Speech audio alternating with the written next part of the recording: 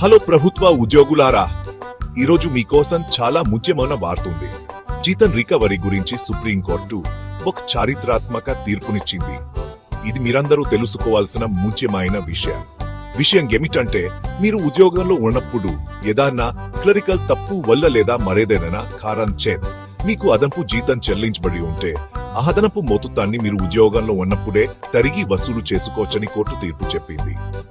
అవును, మీరు విన్నది నిజమే. మీరు ఉద్యోగ విరమణ చేసిన తర్వాత మోసం లేదా తప్పుడు సమాచారం ఇచ్చినట్లు రుజువు లేకుంటే ఆ అదనపు డబ్బు కోసం వారు మిమ్మల్ని ఇబ్బంది పెట్టలేరు.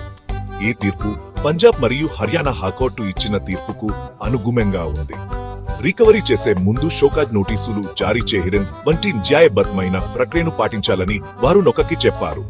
ఇక్కడ ఒక ఆసక్తికరమైన విషయం ఏమిటంటే, అదనపు చెల్లింపు 5 సంవత్సరాలకు పైగా జరిగితే సాధారణంగా రికవరీ ఉండదు. ఇంకొంచెం లోతుగా చూద్దాం. ఈ తీర్పు వల్ల మీరు ఉద్యోగ విరమణ చేసిన తర్వాత జీతం రికవరీల భారం లేకుండా ప్రశాంతంగా జీవించవచ్చు. నిబద్ధతతో సేవ్ చేసి ప్రశాంతమైన ఉద్యోగ విరమణ కోరుకునే మీలో చాలా మందికి ఇది చాలా ఉపశమనం కలిగిస్తుంది.